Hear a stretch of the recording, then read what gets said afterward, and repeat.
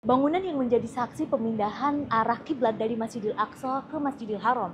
Ini dia Masjid Qiblatain. Masjid Qiblatain adalah masjid dua arah yang berada di Madinah Al-Munawwarah. Dulunya masjid ini adalah Masjid Bani Salamah di zaman Rasulullah Shallallahu Alaihi Wasallam. Jadi ketika arah kiblat belum mengarah ke Masjidil Haram di Mekah Al-Mukarramah, Rasulullah SAW berserta para sahabat sempat sholat menghadap ke Masjid Al-Aqsa di Palestina selama kurang lebih 17 bulan. Namun ketika Rasulullah SAW hijrah ke Madinah dan masih posisi ke Masjid Al-Aqsa, maka orang-orang Yahudi yang ada di Madinah sempat mengolok-olok Rasulullah SAW beserta para sahabat. Apa kata mereka? Agama kita beda, tapi kiblat kita sama, yaitu Baitul Maqdis di Palestina. Akhirnya saat itu Rasulullah SAW sering menengadah ke langit berdoa kepada Allah Subhanahu Wa Taala. Mudah-mudahan arah kiblat berbeda dengan orang-orang Yahudi waktu itu. Maka suatu saat ketika Rasulullah SAW sholat zuhur di Masjid Bani Salamah ini yang sekarang disebut dengan Masjid Al-Qiblatain, tiba-tiba datang malaikat Jibril membawa firman Allah Subhanahu Wa Taala yang juga pertanda perubahan arah kiblat waktu itu. Apa kata Allah Subhanahu Wa Taala dalam Al-Quran? Qad nara taqalluba wajhika fis sama falanwalliyannaka qiblatan tardhaha wa walli wajhaka syatral Masjidil Haram. Pas dua rakaat pertama salat zuhur ketika itu turun firman Allah Subhanahu Wa Taala untuk merubah arah kiblat. Maka serta-merta Rasulullah beserta para sahabat ketika salat zuhur di sini merubah arah 180